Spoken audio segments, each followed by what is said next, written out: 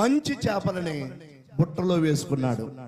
ప్రభునందు ప్రియులారా, రేపు యుగ సమాప్తి రోజును కూడా దేవుడట నీతిమంతులని దుష్టులని వేరుపరుస్తాడట. ఒక జాలరి చేపలని వేరుపరిచినట్లుగా, ఒక జాలరి మంచి చేపలని చెడ్డ చేపలని వేరుపరిచినట్లుగా రేపు దేవాది దేవుడు కూడా మనల్ని వేరుపరుస్తాడట, నీతిమంతుల్ని దుష్టులని.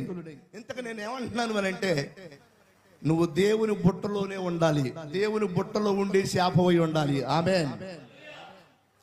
పారవేయబడే చేపగా ఉండొద్దు, దేవుని బుట్టలో వేయబడే చేపగానే మనం ఉండాలి అని అంటే తప్పనిసరిగా నేనంటున్నాను, ఈ లోక మాలిన్యం మనకు అంటకుండా లోకానికి వేరుగా జీవించాలి.